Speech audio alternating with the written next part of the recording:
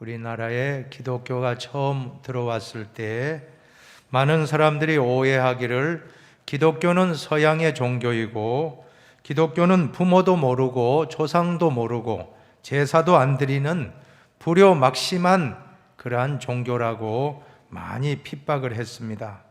그러나 성경을 자세히 보면 기독교가 얼마나 효도를 강조하는 종교인지 우리는 알 수가 있습니다. 먼저 잠언 30장 17절을 보면 아비를 조롱하며 어미 순종하기를 싫어하는 자의 눈은 골짜기의 까마귀에게 쪼이고 독수리 새끼에게 먹히리라. 얼마나 무시무시한 말씀입니다. 섬뜩합니다. 그죠? 신명기 27장 16절도 보면 그의 부모를 경홀히 여기는 자는 저주를 받을 것이라 할 것이요 모든 백성은 아멘 할지니라. 또 출애굽기 21장은 같이 읽어봅시다. 자기의 아버지나 어머니를 저주하는 자는 반드시 죽일지니라. 성경의 불효죄는 사형죄라고 할 만큼 효도를 강조하고 있습니다. 단지 죽은 조상에게 제사 드리는 문제 한 가지 때문에 기독교를 불효의 종교라고 하는 것은 너무나도 어불성설인 것입니다. 말이 되지 않습니다. 우리 기독교는 효도의 종교입니다. 특별히 죽은 부모님을 섬기는 종교가 아니라 살아생전에 효도하는 종교입니다. 여러분, 죽은 분 돌아오십니까? 거기에 아무리 무슨 홍동백서, 아무리 좋은 화려한 다채로운 음식, 제사 음식 차려놔도 부모님이 드시는 게 아니에요. 가만 보니까 자기들이 잘 먹으려고 그러는 겁니다, 여러분. 절대 우리는 살아생전에 부모님을 효도하는 그러한 정신을 가져야 될 줄로 믿습니다. 사실 공자, 유교를 탄생한 공자의 시기와 이 십계명이 나온 출애굽기 당시의 시기를 비교하면 1000년이 기독교가 앞서요. 유교보다 기독교가 효도의 원조입니다. 효도의 원조가 유교는 십계명 후 1000년 후에 나옵니다. 공자가 참 효를 강조하잖아요. 3년상, 그죠? 효를 얼마나 강조하는 종교입니까? 유교가. 그런데 기독교는 이 공자님이 활동하기 전에 모세를 통해서 1000여 년 전에 주전 500년경이 공자라면 주전 1500년경에 모세를 통해서 십계명을 주시는데 출애굽기 20장 12절입니다. 같이 보세요. 내 부모를 공경하라. 그리하면 내 하나님 여호와가 내게 준 땅에서 내 생명이 길리라. 한 번 더 우리 복습합시다. 십계명 우리 힌돌교회 성도님들은 다 외워야 됩니다. 쉽게 외우는 방법 우리 힌돌교회 성도님은 다 외울 줄로 믿습니다. 1계명이 뭡니까? 한번 외워봅시다. 1절 나 외에 다른 신을 섬기지 말라. 2계명 이상한 우상을 만들지 말고 섬기지 말라. 3계명 삼가 여호와 이름을 망령되이 일컫지 말라. 4계명 사업이 아무리 바빠도 안식일을 기억하여 거룩히 지키라. 그리고 오늘의 주제 5계명 보세요. 오마니 아바디를 공경하라. 아마 한 분도 잊어버릴 분 없죠. 오마니 아바디. 그 다음 6계명 육혈포로 살인하지 말라. 권총입니다. 권총. 그 다음 7계명 칠보 단장하고 간음하지 말라. 8계명 팔로 도둑질하지 말라.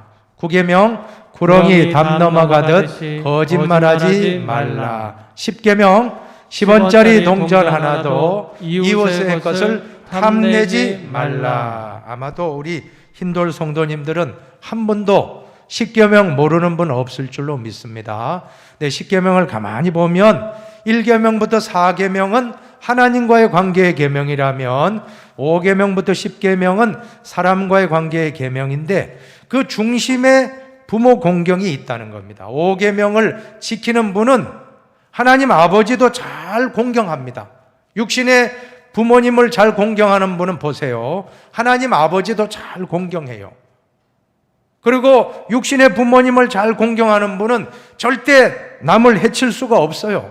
살인할 수 있겠습니까? 간음할 수 있겠습니까? 도둑질할 수 있겠습니까? 거짓말할 수 있겠습니까?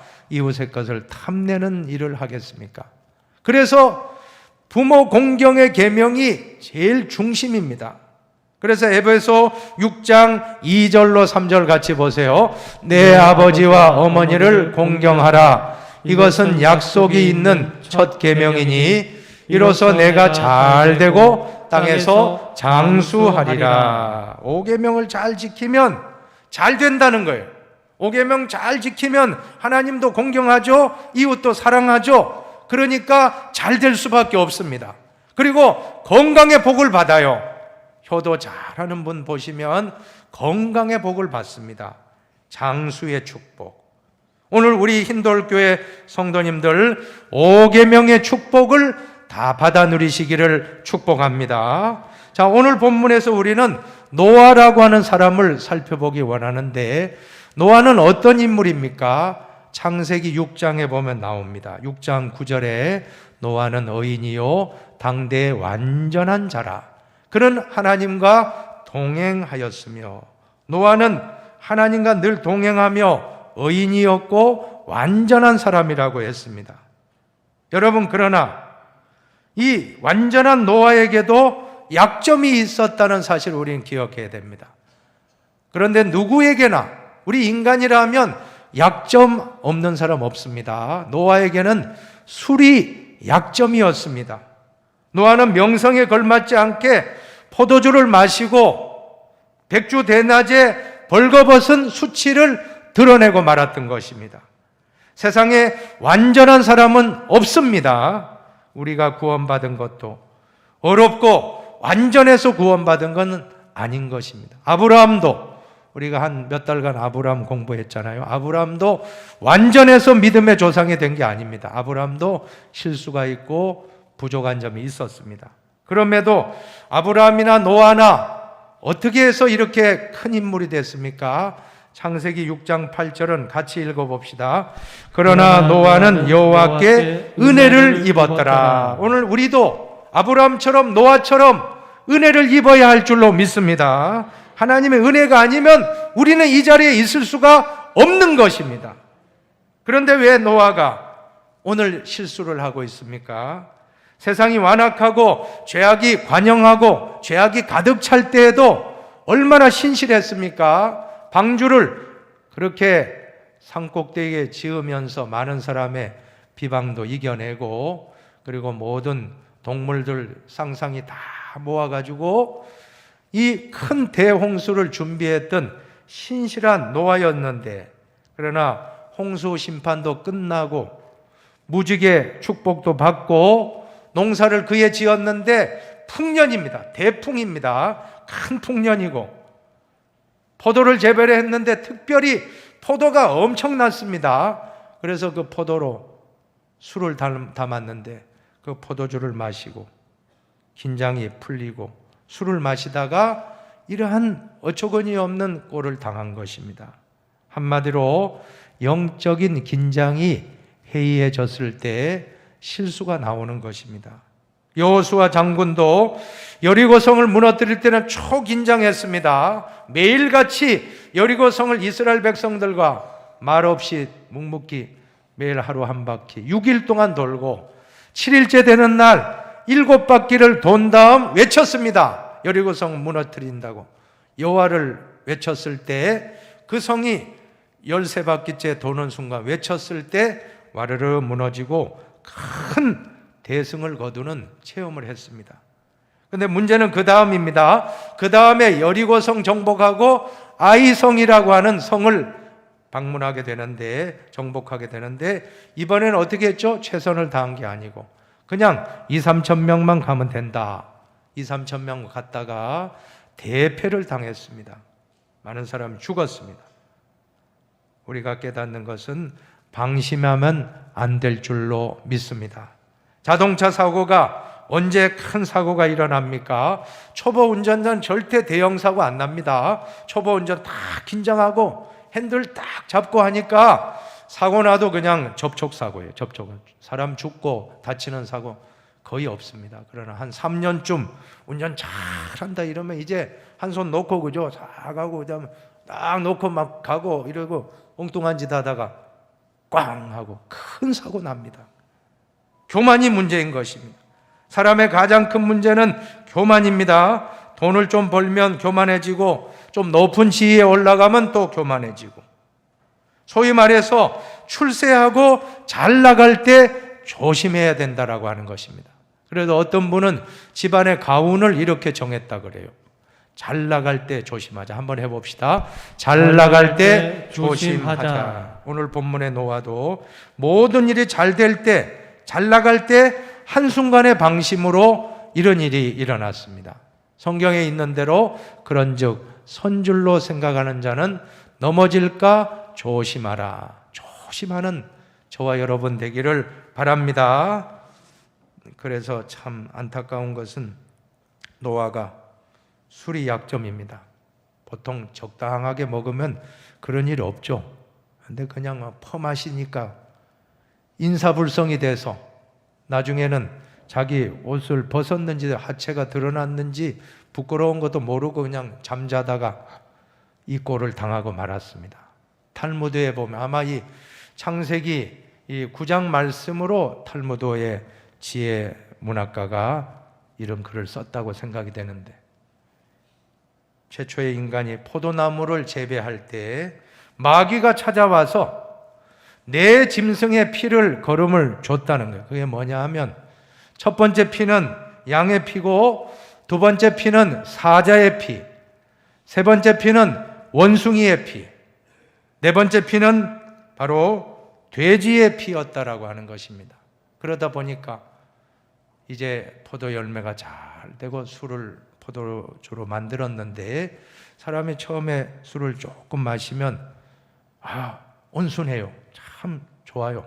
그러다 좀 더 마시면 처음에 양처럼 순하던 사람이 사자처럼 막 싸움질하고 막 행패 부르고 그런 거예요. 사자. 그러다가 더 마시면 원숭이가 됩니다. 원숭이처럼 막 장난치고 뭐 재롱 피우듯이 막 멀쩡하던 사람이 술 마시면 이상해져요. 그죠? 막 원숭이처럼 막 웃기는 이야기도 하고 막 그죠? 그렇게 되고.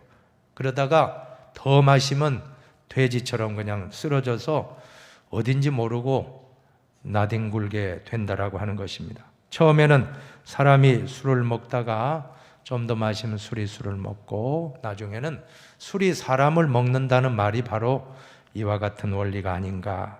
저도 군대 생활을 할 때 동기생 중에 그때 중2 때 멀쩡한 친구인데 이 사람은 술만 마시면, 죄송합니다, 술만 마시면 이 개가 된다는 그런, 완전히 사람이 달라져가지고 상급자한테 막 대들다가 두드려 맞고 코피 나고, 나중에 야 너 왜 그랬어? 그러면 내가 언제 그랬어? 그러면 내가 언제 그랬어? 야, 술이라는 것이 이렇게 참 사람을 망가뜨리는구나. 그래서 이제 우리 기독교는 전통적으로 술에 대해서 단호한 입장을 취하고 있습니다. 한국 교회는 초창기부터 금주 금연의 전통이 강했습니다. 이제 한국 사회에서 금주 금연은 기독교인이다라는 표식처럼 되어 있다는 것입니다. 왜 그럴까요? 초기 선교사님들이 한국 사람들을 보니까 성격이 정말 다혈질이고 끝장 보는 성미 아닙니까? 술을 마셔도 적당하게 마시면 양처럼 온순한데 그게 아니에요. 막 사자처럼 원숭이처럼 돼지처럼 막 쓰러지고 하는 걸 보니까 안 되겠다.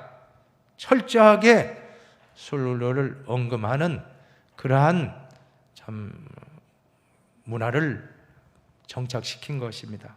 또 마침 한국에 왔던 초창기 선교사님들이 다 보면 엄격하게 금주 금연의 그런 신앙을 가진 분들이 다 왔어요.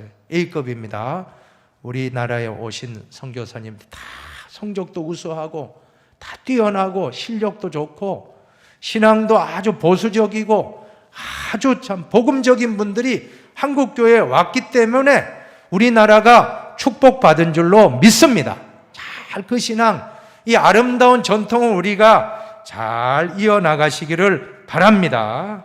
그러나 오늘 노아는 대업을 완수하고 홍수를 잘 통과하고 무지개의 축복을 받고 농사도 잘 되고 포도도 잘 재배되고 그때 그만 긴장이 풀려서 술을 마시고 만취 상태로 하체를 다 드러내고 잠들었던 것입니다. 얼마나 취했으면 자기가 발가벗은 것을 모르고 누웠겠습니까? 자, 오늘 이 본문을 통해서 우리는 몇 가지 교훈을 얻기를 원하는데, 먼저 첫째입니다. 첫째로 부모님의 허물과 잘못이 있을지라도 드러내지 말고 덮어드리자고 하는 것입니다.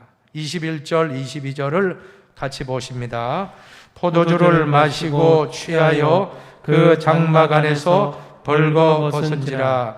가나안의 아버지 함이 그의 아버지의 하체를 보고 밖으로 나가서 그의 두 형제에게 알리매. 함이라고 하는 사람은 아버지의 모든 허물을 밖에 나가서 막 떠들었어요. 아하, 우리 아버지 술 마시고 저기에 빨개 벗고 있어 하고 막 동네 막내 다 소문내고 있는 거예요.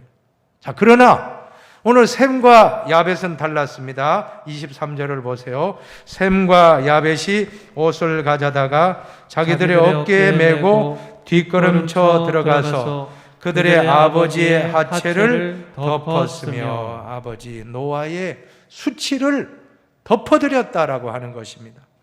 여러분, 사랑이 무엇입니까? 베드로전서 4장 8절을 보면 무엇보다도 뜨겁게 서로 사랑할지니, 한번 같이 읽어봅시다. 사랑은 허다한 죄를 덮느니라. 한 번 더 해봅시다. 사랑은 허다한 죄를 덮느니라. 사랑이라는 것은 허물이 있을 때 덮어주는 것이 사랑이구나 하고 우리는 깨닫게 되는데, 저는 오래전에 읽고 감동 많이 받았던 사랑의 붕대라는 책을 지금도 참 감동이 있는데, 이미 다 고인이 되셨지만 중앙성결교회의 이만신 목사님 사모님이 쓰신 책입니다.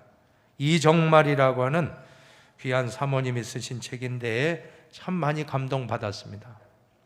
그 책의 핵심은 직분자들은 모두가 성령 충만을 받고 사랑의 은사를 받아야 한다는 것입니다.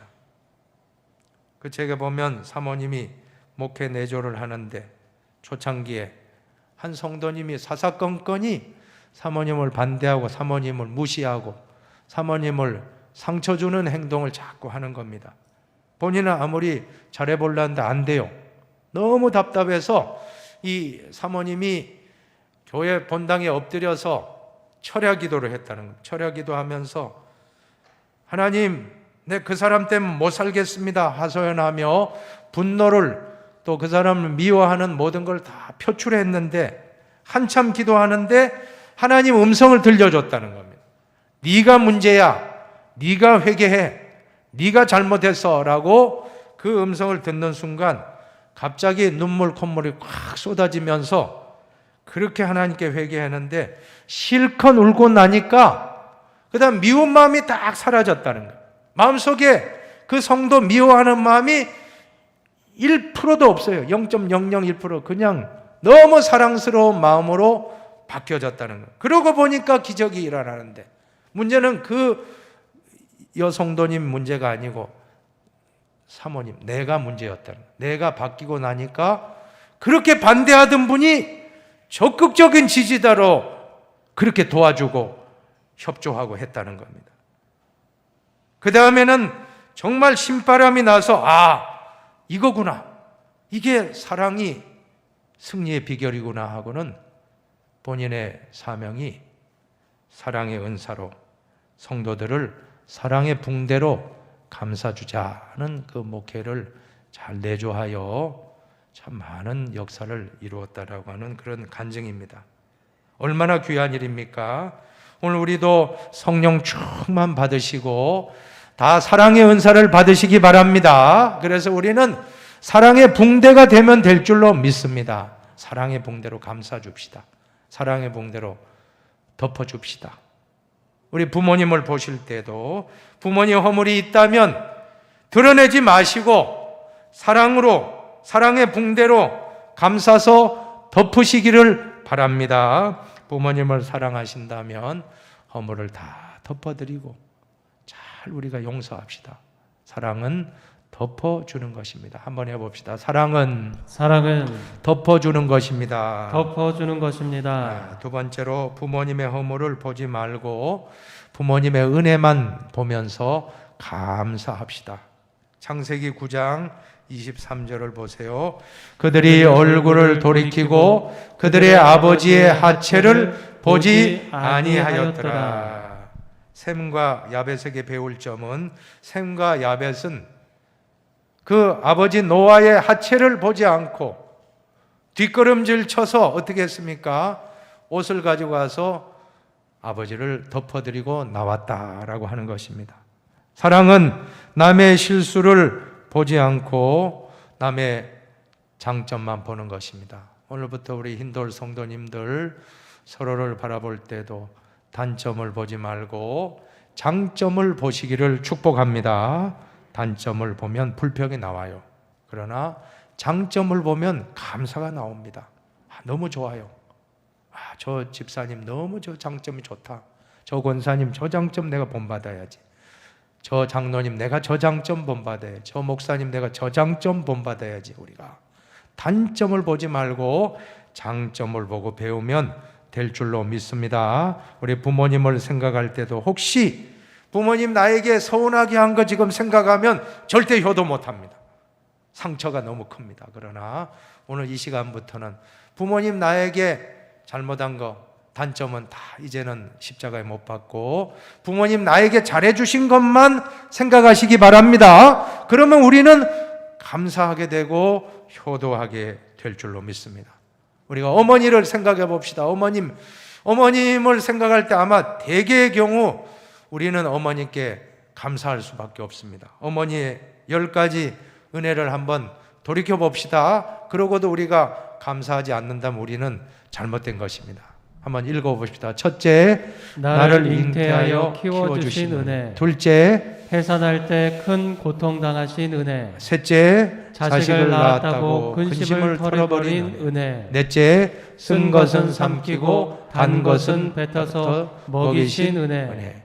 다섯째, 자식은 마른 대로 누이시고 자신은 젖은 자리로 누우신 은혜. 여섯째, 젖을 먹여서 길러주신 은혜. 일곱째, 깨끗하지 않은 것을 씻어주신 은혜. 여덟째, 자식이 멀리 나가면 걱정해 주신 은혜. 아홉째, 자식을 위해 고생하신 은혜. 열째, 끝까지 염려하시는 은혜. 우리 어머님들은 항상 자녀가 장성하고 다 연세가 높아도 자녀는 걱정합니다. 염려하시는 은혜 끝도 없습니다.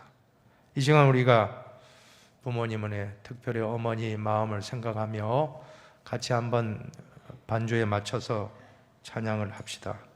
나 실제 괴로움 이 노래 같이 1절만 같이 한번 부르겠습니다. 예.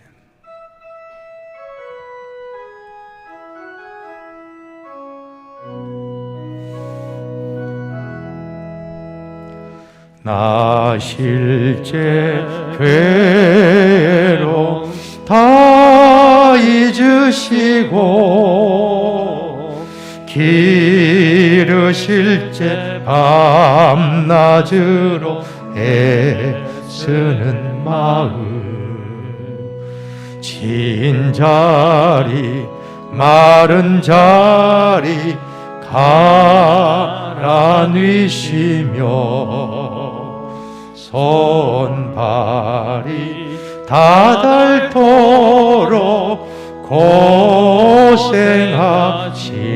고생하시네. 하늘 아래 그 무엇이 높다리오. 어머님의 희생은 가히 없어라. 이 시간 부모님의 은혜만 생각하고 부모님이 서운하게 한 것은 셈과 야벳과까지 덮어드리고 우리 모두 부모님이 나에게 고생하시고 나를 키워주시고 양육해주시고 수고해 주신 그 은혜만 생각하는 복된 시간이 되기를 축원합니다. 그리고 세 번째로 보시면 부모님도 인간임을 인정하고 잘못을 용서해 드립시다. 한번 읽어봅시다. 부모님도 인간임을 인정하고 잘못을 용서해 드립시다. 노아도 인간이었습니다. 아브라함도 인간입니다. 아브라함도 믿음의 조상이고 대단한 것 같았지만 아니었죠. 우리가 한 8주간 묵상하는 가운데 아브라함도 실수가 있고 부족한 점이 있고, 노아도 그 위대한 어려운 자요, 당대의 완전한 자요, 하나님과 동행하던 자라고 했지만 노아도 보니까 오늘 술에 실수했습니다. 다윗도 하나님 마음에 합한 사람이지만 그만 우리아의 아내 밧세바를 범하는 큰 죄를 범했습니다. 베드로도 예수님의 수제자라고 하면서 예수님 모른다고 3번씩이나 부인하는 잘못을 저질렀습니다. 누구나 우리 인간은 다 불완전합니다. 우리 부모님도 마찬가지입니다. 우리 부모님도 완벽하지 않으십니다. 부모님도 부모이시기 전에 인간이요 죄인으로서 실수할 때가 있다는 것입니다. 그럴 때마다 자녀로서 사사건건이 비판하고 정죄하고 한다면 절대 효도 못합니다. 잘잘못 시시비비를 가리고 아빠 그때 이렇게 했지, 엄마 그때 이렇게 했지 이러면 절대 효도 못합니다. 절대 부모님의 허물을 덮어서 용서할 때 우리가 복을 받게 될 줄로 믿습니다. 잠언 23장 22절을 읽어봅시다. 너를 낳은 아비에게 청종하고 내 늙은 어미를 경히 여기지 말지니라. 부모님이 늙으셨다고 무시하거나 소홀히 여기지 맙시다. 부모님도 연약하시고 나이가 들면 다 어린아이처럼 된다고 하지 않습니까? 참 부족한 부분이 보일 때도 있습니다. 그러나 우리가 덮어드리고 사랑으로 용서해드리면 우리가 복을 받게 될 줄로 믿습니다. 자꾸 드러내고 함과 같이 하면 우리가 복을 받지 못합니다. 뒤로 가서 뒷걸음쳐서 옷으로 부끄러운 부분을 덮었듯이 우리 부모님의 실수를 용서한다면 그때부터 우리 가정이 축복문이 열릴 줄로 믿습니다. 말씀을 맺겠습니다. 서울중앙청 뒤에 효자동이라는 동네가 있는데 이 동네를 효자동이라고 한 유래가 참 아주 의미가 있더라고요. 어떤 할아버지가 술을 잔뜩 마시고 그만 엎어져서 잠을 자다가 이불에 손자 아기를 그냥 깔아서 죽고 말아요. 숨을 못 쉬어요. 아기가 죽었습니다. 자, 이 광경을 보니까 우리 일하던 애기 엄마가, 며느리가 딱 쳐다보니까 너무 큰일 난 거예요. 아버지는 아직도 모르고 시아버지는 쓰러져 잠자고 있고 아이는 지금 숨쉬지 않고 죽었고 너무 급한 나머지 그 아이를 안고 뛰어나와서 남편에게 갔습니다. 자초지정을 들은 남편은 정말로 죽은 아이를 보면서 어떻게 했느냐면 이 불효막심한 놈아 할아버지의 마음을 이렇게 아프게 하다니 하면서 뺨을 때렸다는 거예요. 그 아이의 뺨을 때렸는데 숨이 탁 터져가지고 죽은 아이가 살아나는 것입니다. 기적이 일어났습니다. 그래서 이 소식이 소문이 쫙 퍼져서 임금님까지 알려져서 임금님이 큰 상을 내리고 그 사람이 사는 동네 이름을 효자동이라 하라. 효자동이 그래 효자동이 됐다는 거예요. 여러분 얼마나 참 부모의 잘못을 그렇게까지 안타까워하면서 덮어드렸더니 하나님이 기적을 일으켜 주신 줄로 믿습니다. 사랑하는 여러분, 부모님의 허물을 덮어드리시기를 바랍니다. 반드시 좋은 결과가 하나님의 복으로 임하게 될 줄로 믿습니다.